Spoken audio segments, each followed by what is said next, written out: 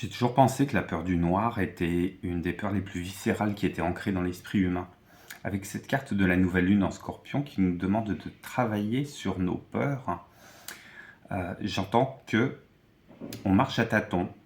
Avec cette nouvelle lune, on est dans l'obscurité totale. Avec des énergies Scorpion, on est dans des énergies de transformation, de profondeur, de radicalité, de passion parfois, d'entêtement. Et est-ce qu'on n'est pas tiraillé sur nos peurs sur deux axes, hein. Le premier axe, c'est la peur de changer, la peur du mouvement. Quand on ne sait pas où on marche, quand on ne sait pas où on se situe, quand on est complètement perdu dans l'obscurité, le premier réflexe, c'est de rester immobile et de faire que rien ne change. Et dans ce fait que rien ne change, et dans cette énergie qu'on dépense à faire que rien ne change et à garder l'état des choses ambiant, est-ce qu'on ne se retrouve pas finalement complètement acculé, complètement oppressé? Est-ce qu'on n'est pas en train de nourrir la bête qui nous étouffe? Une bête qui est intérieure, une bête qui est extérieure aussi, et qui se manifeste sous la forme d'oppression relationnelle, d'auto-oppression, le fait de céder à certaines demandes qui ne nous correspondent pas forcément et à s'engager sur des voies qui finalement ne sont pas les nôtres, sur des projets qui ne nous appartiennent pas. Et au bout d'un moment, à se poser des questions sur soit notre identité propre, sur notre fonctionnement propre, sur notre réalisation personnelle. Le deuxième axe aussi, dans ce que j'entends dans travailler sur vos peurs, c'est que quand on est plongé dans le noir, on ne sait pas tellement à quoi se raccrocher, on ne sait pas tellement à quoi se fier. On se fie à quoi? À notre voix intérieure, à nos voix intérieures, celle qui te dit surtout ne change rien, l'autre qui dit balance tout aux orties, de toute façon tu n'as plus rien à perdre, tu es tellement acculé que de toute façon rester prostré ne changera rien, puisque l'immobilité est le pire piège dans lequel on puisse s'enfermer. Donc on va essayer de se fier au peu que l'on sent, au peu que l'on entend, et des fois qui ne sont pas les nôtres et qu'on entend, est-ce qu'on va leur accorder de la confiance? Est-ce qu'on va suivre leurs recommandations, qu'elles viennent de diverses obédiences, que ce soit sur une échelle un peu macro, un peu globale, sur l'échelle politique, sur l'échelle religieuse aussi? Ça, c'est quelque chose qui revient assez souvent dans les discussions que vous pouvez avoir, mais aussi dans les actualités qu'on entend. Des voix extérieures, ça peut être aussi les voix des proches, qui viennent heurter finalement notre propre voix intérieure qui s'y oppose, qui vient chatouiller quelque chose en nous qui ne s'est pas réalisé, qui demanderait à être réalisé et sur lequel on n'a absolument aucune mainmise, puisque de toute façon on ne voit rien. On est acculé avec ce genre de rapport, avec ce genre de contact, à réagir de façon un peu radicale, un peu dans l'opposition tranchée, un peu dans l'affrontement, dans la discorde. Et on aurait envie de ruer dans les brancards, là où au contraire, quand vous êtes dans le noir et que vous devez, je sais pas, simplement retrouver l'interrupteur de la pièce, vous savez, vous n'allez pas foncer. Au contraire, on marche lentement, on marche très prudemment, on essaye de ne pas marcher sur, je sais pas, les Legos du petit, on essaye de ne pas marcher et de se cogner à un coin de table, de ne pas se prendre les pieds dans un fil électrique. On fait attention, on fait du pas à pas. Est-ce que cette nouvelle lune en Scorpion ne nous invite pas finalement à venir nous questionner au niveau fondamental sur nos envies, à passer le peigne fin et tous les filtres possibles sur ce que l'on entend, sur ce que l'on entend venant de soi, sur ce que l'on entend venant des autres? Est-ce que cette nouvelle lune en Scorpion ne nous demande pas de ralentir, de brider nos réactions qui peuvent être instantanée, radicale, excessive, et de, au contraire, avancer à pas feutrés, assez délicatement, dans la direction qu'on aura bien voulu se donner, qu'on a vraiment envie de se donner, dans le calme et la méditation que propose finalement cette obscurité. Cette obscurité, on peut l'affronter calmement, sereinement, en méditant, en se posant, en allant chercher au fond de soi ce qui nous semble le plus nécessaire et le plus authentique par rapport à ce que l'on veut, ce qui nous semble le plus nécessaire et le plus authentique à changer au fond de nous, parce qu'on sait très bien que nos automatismes nous ont conduits à cette situation qu'on est en train d'examiner actuellement. Et affronter l'obscurité non pas comme un monstre, mais plutôt comme une alliée qui nous permettrait de faire émerger justement cette lumière intérieure, cette lumière qui ne vient plus des autres mais qui vient du fond de soi. Et cette lumière douce, cette lumière un peu chaude, un peu chaleureuse, qui est très très loin de l'aveuglement que peut provoquer des systèmes de croyances et des systèmes de prêt-à-penser qui au contraire sont en train de nous dissoudre et de nous détruire. Je vais agrémenter ce tirage-là avant de passer au cas particulier du signe solaire avec un arcane majeur et l'oracle des énergies de l'univers pour avoir un petit peu la tendance globale. Est-ce que ça vient confirmer cette sensation de peur de l'obscurité, de peur qu'on a dépassée, de peur qu'on a travaillé, sur laquelle on a plutôt à venir légitimer une confiance en soi établie, renouvelée ou fraîchement construite. C'est celle-là qui m'appelle finalement. J'ai la roue de fortune. Et oui. Il y aura peut-être des événements extérieurs qui vont venir vous remuer, nous remuer aux alentours de cette nouvelle lune et qui va faire avancer les choses dans le bon sens si les événements sont positifs et vont globalement dans l'énergie que vous aviez envie de déployer. Si ce sont des épreuves, il faut accepter que ça fait partie du destin de la vie.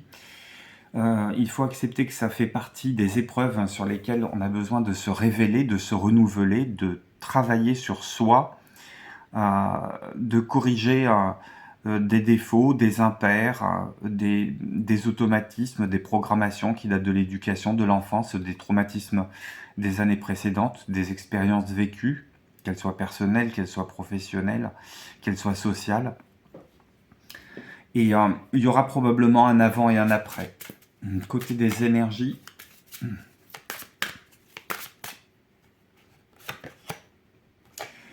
j'ai le souffle de vie. Alors j'ai la carte 10, j'ai la carte 27, 2 et 7, si je réduis ça me fait 9. Donc on est vraiment sur l'achèvement de quelque chose, l'aboutissement de quelque chose. C'est assez récurrent dans les tirages, cette idée d'aller clôturer des situations qui étaient bancales ou qui demandaient à être affinées. Il y a une énergie nouvelle qui vient du cœur, une énergie d'impulsion du changement, de façon très délicate, très réfléchie, on s'abandonne. Je reviens à cette histoire d'obscurité quand on regarde sur la carte, la personne qui est représentée a les yeux fermés. Le regard est tourné vers l'intérieur, le regard est tourné en direction du cœur. Il y a presque un examen de conscience à venir décortiquer ses sentiments, ses motivations profondes, ses envies, des envies pérennes de projets qu'on voudrait voir se développer en se persuadant que le désir de changement, c'est déjà le début du changement. Voilà ce que j'ai pour les énergies générales de cette nouvelle lune. On va regarder ce qui se passe pour votre signe. Bonjour mes amis Scorpions, bienvenue chez Dan pour cette nouvelle lune qui a lieu chez vous. On va regarder avec plus de précision ce qui se passe au niveau des peurs, ce qui se passe au niveau de vos peurs et trouver un moyen pour débloquer tout ça et faire que cette nouvelle lune soit la plus profitable possible. Scorpion en signe solaire, Scorpion à l'ascendant, Scorpion en signe lunaire. Alors, c'est quoi qui vous taraude? C'est quoi qui vous travaille? C'est quoi qui vous fait peur, vous, finalement? Hop, pour cette période.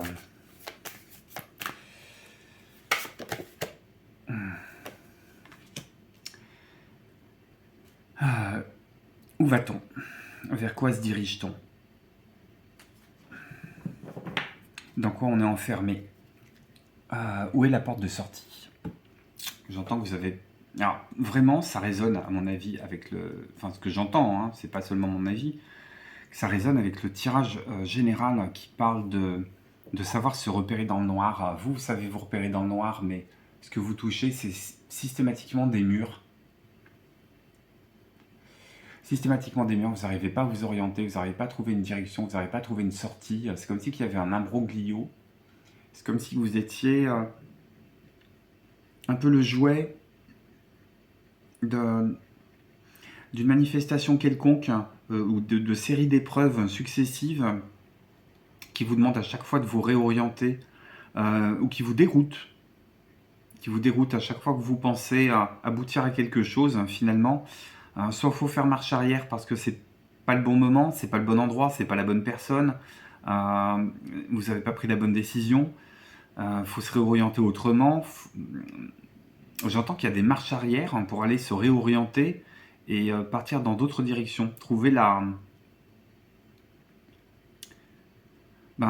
j'allais dire presque lever la tête et puis trouver l'étoile qui va vous guider. Mais seulement avec cette nouvelle lune, quand on lève la tête, on voit rien du tout. On n'a même pas l'astre lunaire pour nous éclairer, le soleil est caché. Ça, en général, ça vous fait pas tellement peur. Faut se repérer avec les étoiles, mais pour le moment, les étoiles, vous les voyez pas. Ou quand vous les suivez, ça vous mène à des impasses. Donc évidemment, la pression commence à monter dans la cocotte minute et j'entends que certaines et certains sont vraiment à deux doigts d'exploser parce que il n'y a pas de grand schéma qui se dessine. On a toujours l'impression de traîner ses guêtres sur des trucs sans fond. Mais peut-être parce qu'il y a des schémas répétitifs. Ça peut être déjà une première clé d'explication. Et que reproduire systématiquement les mêmes choses, pourquoi s'étonner d'avoir systématiquement le même résultat? Et que quand on a envie de changer un des ingrédients à la recette, soit ça n'a pas de goût, soit ça ne vous correspond pas. Donc il y a la volonté de vraiment faire la clarté sur cette situation ou sur ces situations, sur cet éventail de situations pour lesquelles on vous demande à chaque fois de vous ajuster, de vous réajuster et de recommencer les ajustements.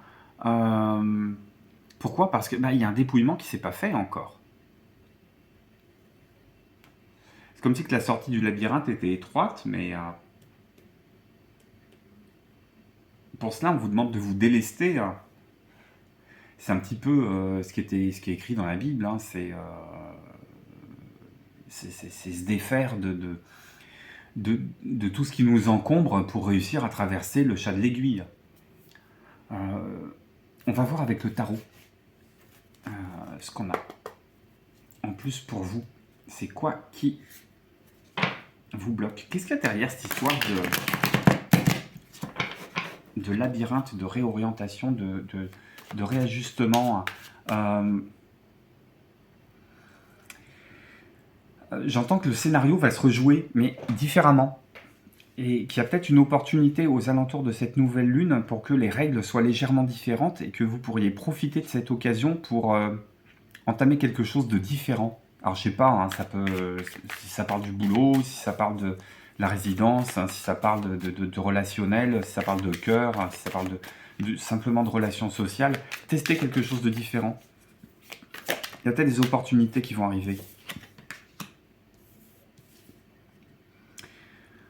Ce qui vous bloque, c'est qu'à chaque fois qu'on vous propose quelque chose, ça ne correspond pas. Il y a peut-être un entourage qui n'est pas génial aussi. Il y a peut-être un entourage qui vous met un petit peu de mauvaises idées dans la tête. Il y a peut-être un entourage qui n'est pas de bons conseils ici. Et que, à partir du moment où vous n'arrivez pas à vous repérer, ce que je disais aussi dans le tirage général, c'est que quand on vous donne des conseils, vous tentez le truc. Vous tentez le truc parce que vous avez l'impression d'avoir tout essayé et rien ne marche. Alors peut-être que les autres ont raison et je vais m'en inspirer, etc. Et le souci, c'est qu'en fait, ça ne marche pas, voire ça empire. Alors, est-ce que cet entourage est vraiment de mauvais conseils, hein, ou est-ce que il y a quelque chose qui n'est pas compris dans les messages ou que vous appliquez maladroitement? Ouais, il est sorti comme ça, hein. Je ne sais pas comment le prendre. Je vais le prendre comme ça, hein, puisqu'on parle des blocages.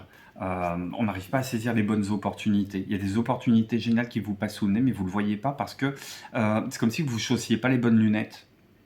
Ou comme si vous n'aviez pas de lunettes, mais vous aviez besoin d'en avoir pour vous repérer dans cette histoire. J'entends qu'on manque de repères, on manque de repérage. C'est celle-là qui veut sortir.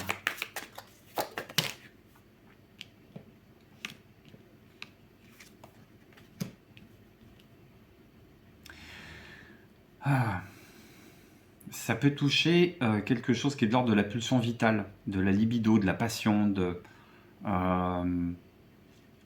est-ce que le feu est éteint ou est-ce que le feu est en train de... Est-ce que le feu est bien nourri?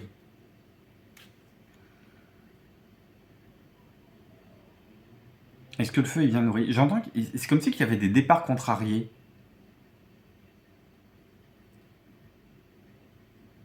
Des pannes. C'est comme s'il y avait des pannes dans vos projets. Des blocages qui arrivaient là où normalement tout devrait être fluide. Mais ça, c'est un message pour réajuster les choses que vous avez à faire. Qu'est-ce qui se cache derrière tout ça?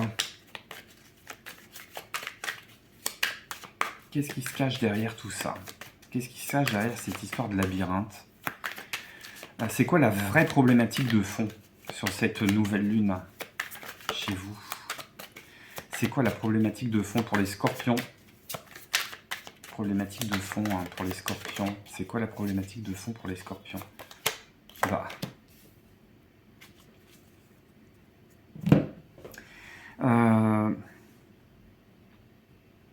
L'indécision, ou alors certaines choses que vous n'avez pas envie de voir. Il y a peut-être certaines réalités que vous vous cachez. Peut-être que ça marche pas dans ce job, mais parce que tout simplement le poste, il n'est pas fait pour vous. Soit vous méritez mieux, soit vous avez besoin de vous réorienter, soit ce job vous plaît pas. Ou alors ce job vous plaît, mais vous n'êtes pas avec les bonnes personnes. Et ça, vous n'arrivez pas à le voir. Vous préférez porter les choses vous-même. Une forme de sabotage, qu'elle vienne de l'extérieur ou de l'intérieur. Il y a une réalité qu'on n'a pas envie de voir aussi. J'entends. J'entends qu'on est un peu dans le déni par rapport à une situation sur laquelle il y a un éclairage qui doit absolument être fait. Et que très paradoxalement, sur cette obscurité, c'est peut-être le moment d'ouvrir les yeux. Personne ne vous verra. Personne ne vous verra prendre votre décision en loose dé. Pour moi, ça ne me suffit pas. Ça me suffit pas. Ça me suffit pas. Ça, c'est la conséquence. L'indécision ou le déni ou le fait de refuser de voir une situation, c'est la conséquence de quelque chose. J'aimerais bien savoir de quoi c'est la conséquence.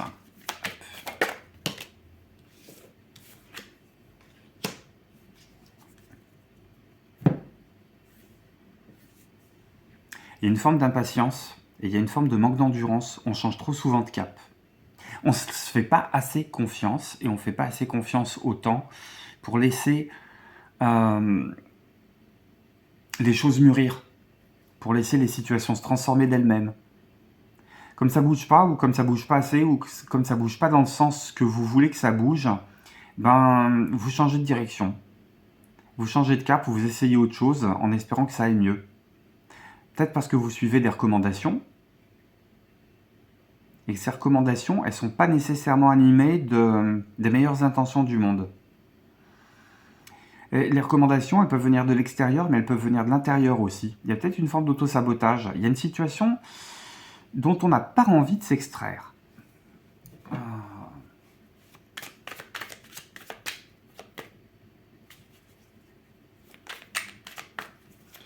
Pourquoi est-ce qu'on n'a pas envie de s'extraire d'une situation? Ouf, 2 arcades majeures. J'ai la roue de fortune. J'ai l'empereur, j'ai le 9 de denier en dos de deck. Est-ce qu'on n'aurait pas péché par envie de contrôler le destin?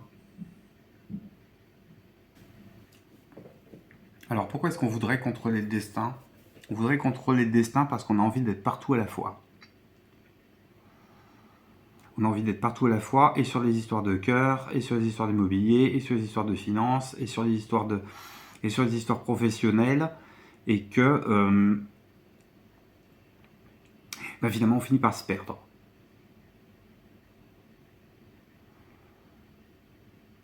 Ouais, je pense qu'il y a une volonté de contrôler ce qui vous arrive.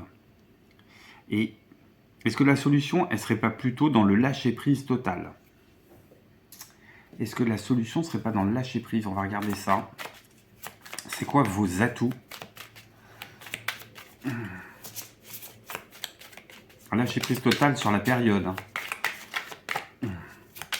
C'est-à-dire vraiment laisser les choses se faire, avoir un œil dessus, agir quand il faut agir, rééquilibrer aussi. Rééquilibrer. Pour moi, cette dame qui porte 2 épées beaucoup trop lourdes pour elle, imaginez-vous à la place de cette personne en train de tenir pendant très très longtemps des épées qui sont assez lourdes. Je pense qu'au bout d'un moment, les bras fatiguent. Les bras fatiguent surtout si on a les yeux bandés et si on n'arrive pas à voir, s'il n'y a pas l'épée de gauche qui penche plus que l'épée de droite ou vice-versa. Et si tout ça n'entraîne pas une forme de déséquilibre. Et avec la roue de fortune, j'entends aussi qu'il y a peut-être le besoin de remettre de l'équilibre dans les différentes sphères de sa vie, mais ça, on ne l'a pas encore saisi. On a envie d'être à 100% partout à la fois, et ça ne marche pas.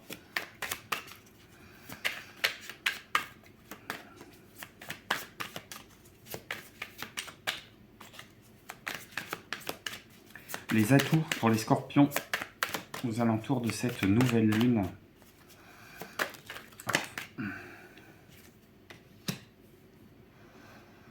Reconsidérer les choses jusque dans leur plus profonde fondation. Il y a peut-être un dernier imprévu qui va arriver et ça va être la goutte d'eau qui va faire déborder le vase, et à mon avis vous allez jeter le bébé avec l'eau du bain en disant je repars à zéro. Je fais quelque chose de neuf, je veux quelque chose de neuf, tout ça, ça me correspond pas du tout. Et on repart à l'aventure. Il y a peut-être une situation sur laquelle il y a une forme d'équilibre factice qui arrive et on vous demande peut-être de faire tabula rasa pour certaines et certains pendant cette nouvelle lune. L'énergie du recommencement, j'entends. Hop, j'en ai 2 qui sautent, on va les garder. Ouf. Arrêtez d'écouter les candidatons et prendre un temps de réflexion pour soi. Restez dans le silence. Arrêtez d'entendre les cancans, la voix intérieure, la voix extérieure. Et la matière noire. Laissez la place au mystère. Laissez un petit peu plus de part à l'insondable. Écoutez ce qui résonne vraiment à l'intérieur de vous. Hop, je vais pas vous laisser tranquille là. J'ai besoin d'en savoir un petit peu plus.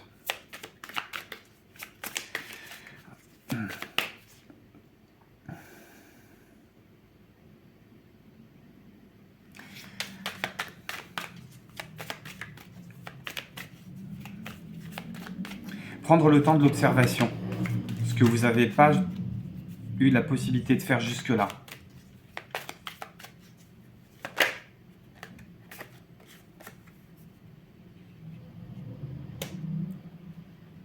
Chasser l'ennui. Chasser l'ennui. Chasser l'ennui de votre existence. Savoir tendre la main aussi.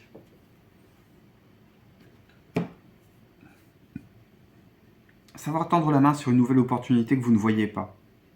Parce que justement, vous étiez trop dans le contrôle.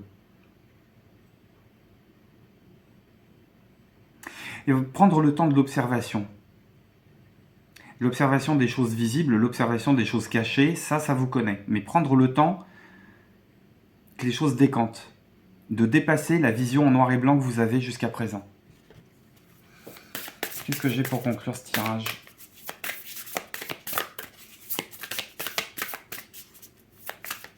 Mes scorpions.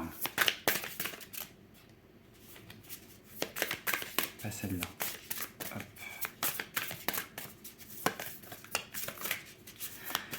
Hop. Qu'est-ce qu'on a pour clore ce tirage? Je vous invite à revenir d'ici la fin du mois pour voir un petit peu comment tout ça, ça s'est mis en place, comment tout ça, ça a pu s'incarner dans votre vie, comment ça a pu se manifester. C'est rigolo parce que j'ai le silence, la matière noire et la grande symphonie. On est dans la grande symphonie, on n'est pas dans l'énorme cacophonie. Et avec la roue de fortune ici qui était bloquée, la grande symphonie, la tour. Je pense qu'après ce temps d'observation, il y a une forme de chaos qui va commencer un peu à s'organiser, mais pas tout seul. Ça va s'organiser parce que vous avez changé votre façon de voir les choses. Vous savez ce que vous devez écouter, vous savez ce que vous devez taire, que ce soit de l'extérieur ou que ça vienne de vos voix intérieures. C'est s'extraire aussi des choses qui ne marchent pas. C'est de prendre le temps de faire aussi le point sur la situation de ce qui bloque et de voir s'il n'y a pas des opportunités qui sont en train de se présenter. Mais pour ça, il y a peut-être un travail de déconstruction, reconstruction, mais ça, à mon avis, ça ne vous fait pas peur. Mais j'entends transformer le chaos en belle musique. Alors ça peut être évidemment faire de la musique, ça peut être pratiquer des mantras, ça peut être pratiquer de la méditation, ça peut être écouter de la musique aussi.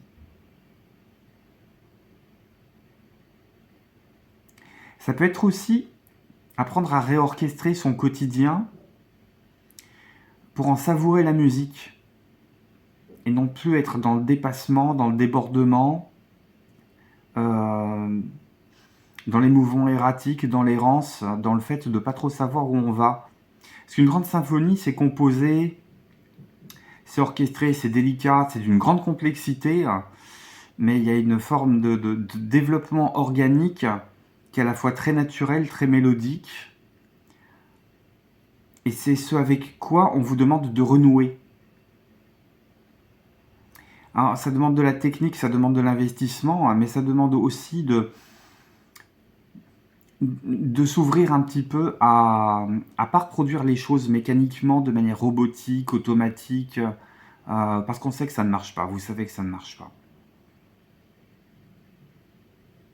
Donc très symboliquement parlant, je pense que c'est le temps de composer une grande symphonie. C'est-à-dire de réorchestrer votre quotidien pour qu'il sonne mieux à vos oreilles, il sonne mieux à votre cœur, il sonne mieux à votre porte-monnaie, il sonne mieux à votre sérénité quand vous rentrez chez vous le soir. Il y a le besoin de renouer avec une douce mélodie que vous avez perdue. Parce que quand on est dans le chaos, on n'arrive pas à se repérer dans le bruit. Il y a des tonnes de choses qu'on n'arrive pas à faire dans le bruit, mais qu'on arrive à faire dans la musique. Regardez comment tout ça, ça vous parle, comment ça parle avec votre situation.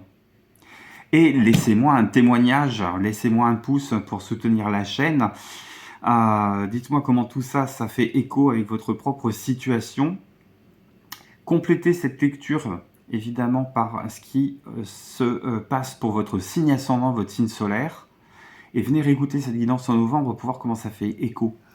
Je vous embrasse, mes scorpions, prenez soin de vous. À bientôt sur Dan Divination pour une prochaine guidance. Bye bye.